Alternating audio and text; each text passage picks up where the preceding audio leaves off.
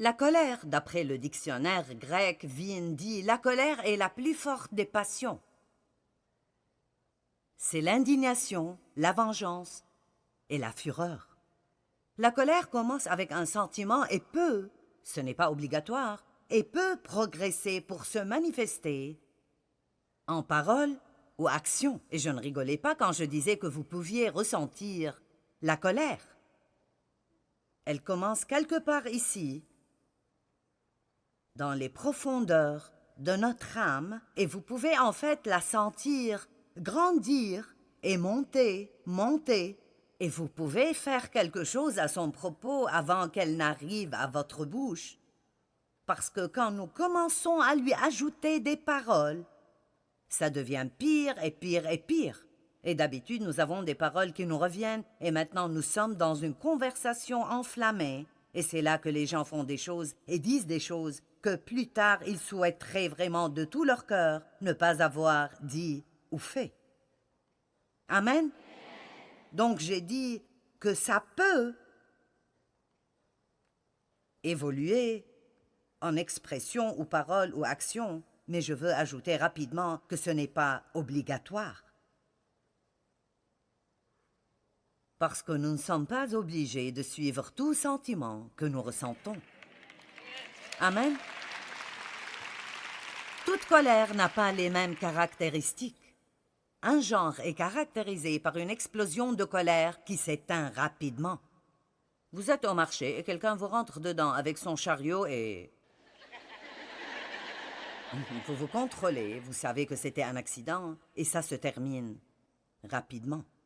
Un autre genre est une attitude mentale bien installée, fréquemment en vue de prendre revanche. Maintenant, ce genre peut prendre racine en vous ou en moi parce que nous pensons encore et encore et encore et encore et encore à ce que quelqu'un nous a fait. Et vous savez, plus nous pensons à quelque chose, plus il devient disproportionné, jusqu'à ce que soudainement cette chose qui n'avait pas vraiment besoin d'être tellement grande devient cette énorme montagne dans notre vie et peut devenir un facteur contrôlant dans notre vie. Je vais vous dire ce que j'ai décidé et ça marche bien pour moi. Je n'ai plus beaucoup d'années devant moi et je ne vais pas en perdre une de plus en étant en colère. Peut-être que quand vous avez 20 ans, vous sentez que vous avez beaucoup de temps à perdre en étant en colère, mais quand vous arrivez à l'âge que j'ai atteint maintenant, quand vous y arrivez, vous sentez que vous n'avez plus beaucoup de temps à perdre. Donc, je vais vous demander aujourd'hui de confronter cette émotion de colère. Laissez Dieu vous aider à traiter cette émotion, non seulement pour vous débarrasser de cette colère refoulée que vous avez en vous à cause de choses anciennes, mais apprendre que nous vivons dans une société violente et coléreuse et que nous sommes dans le monde, mais pas du monde, et nous devons être un exemple pour les autres et non pas agir tout à fait comme ils le font.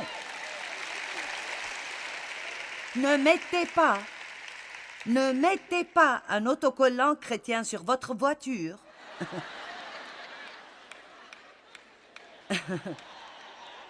Si vous ne voulez pas agir comme un chrétien quand vous conduisez.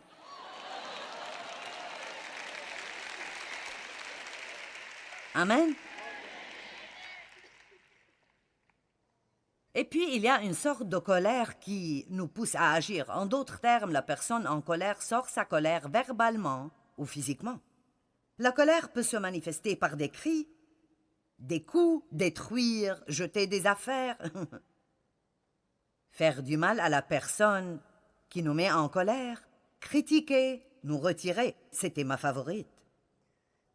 Si j'étais en colère, je ne rentre pas dans la même chambre que toi.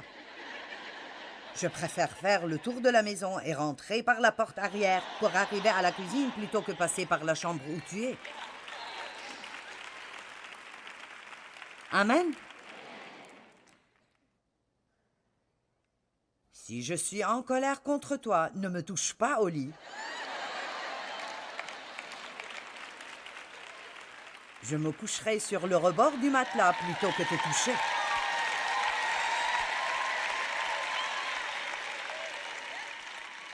Je ne te demanderai pas de faire quoi que ce soit pour moi. Mais vraiment, à qui faisons-nous le mal? Il avait la couverture et moi j'avais froid toute la nuit.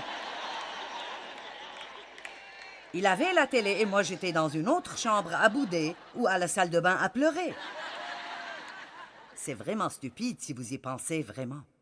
Et vous savez, ça a l'air rigolo, mais j'aimerais vraiment que vous y pensiez sérieusement. Parce que je vous le dis, la colère fait tellement de tort dans la vie des gens et endommage vraiment leur santé. Je pourrais demander au docteur Paul de vous dire ce que la colère fait à votre santé et il pourrait vous dire que ce n'est pas sain d'être en colère. Ça prend beaucoup d'énergie d'avoir une crise de colère et d'essayer de la calmer. Vous savez ce que sont les crises? Parfois, la colère nous mène à ridiculiser ou humilier une autre personne, les taquiner de façon à les diminuer. Et vous savez, parfois nous sommes en colère contre quelqu'un et nous avons un ressentiment bien ancré.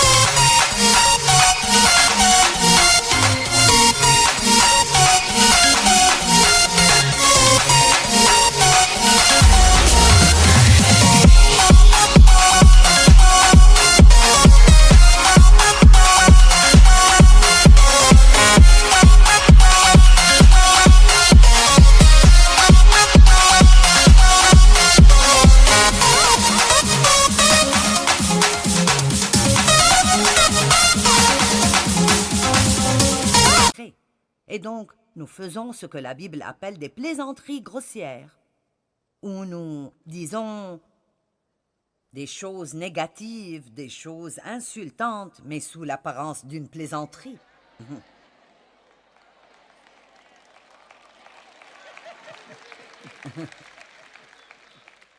Allez. Oh, je plaisantais.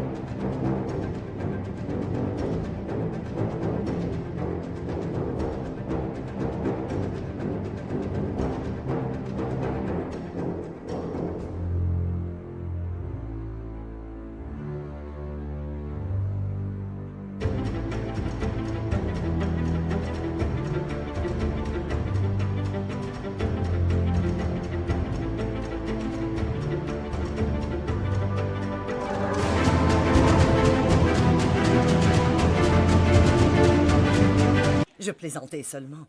Eh bien, du trop-plein du cœur, la bouche parle. Amen. Nous pouvons avoir cette attitude envers nous-mêmes aussi. Vous pouvez être en colère contre vous-même et vous pouvez dire des choses dégradantes sur vous-même. Nous avons joué au golf avec un homme une fois et je me rappelle qu'à chaque fois qu'il faisait une faute, qu'il tapait la balle de travers, la manquait, il disait « Stupide, je suis si stupide, c'est vraiment stupide ».